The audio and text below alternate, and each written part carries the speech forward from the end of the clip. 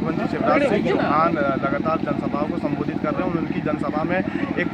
बड़ी संख्या में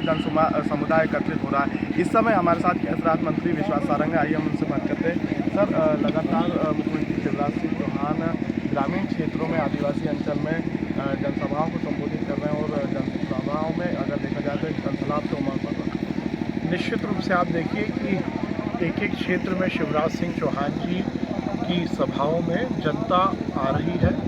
और उसमें जो जोश है, जो समर्पण का जो उनके चेहरे पर भाव है,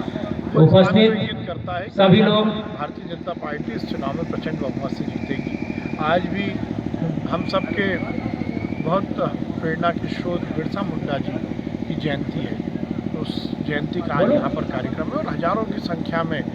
हमारे स्वजाति बंधु यहाँ पर इकट्ठे हुए हैं और सभी लोग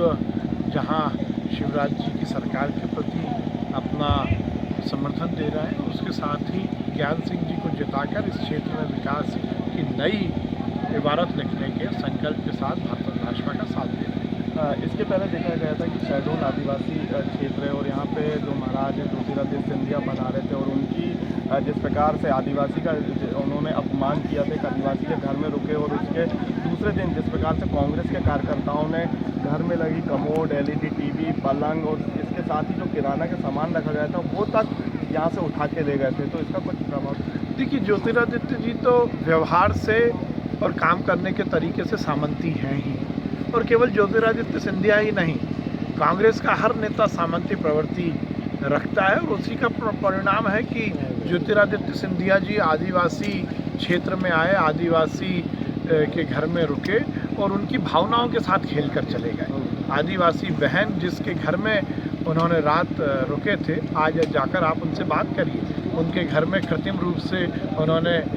व्यवस्थाएं दी, टीवी लगाया, टॉयलेट बनाई और दूसरे दिन जैसे ही ज्योतिरादित्य सिंधिया जी वहां से गए और वहां से सब कांग्रेस के कार्यकर्ताओं ने उसको उखाड़ लिया। आज आदिवासी समाज में इस बात को लेकर बहुत रोष है। पहले तो वो नहीं चाहते थे कि आप इस तरह की कृत्रिम चीज़ें करें, इस तरह का दिखावटीपन क्यों किया गया, और दिखावटीपन करने के बाद उनकी भावनाओं के साथ खेला गया और इसका खामियाजाना इस चुनाव में कांग्रेस को भुगतना पड़ेगा। इस शहडोल लोकसभा का एक एक आदिवासी परिवार इस बात को लेकर बहुत नाराज है और आहत है। उसको लगता है इस बात को भगवान जिस प्रकार से आज यहाँ पर कांग्रेस के नेताओं ने जो अपमानित किया है आदिवासियों को, वो निश्चित रूप से बहुत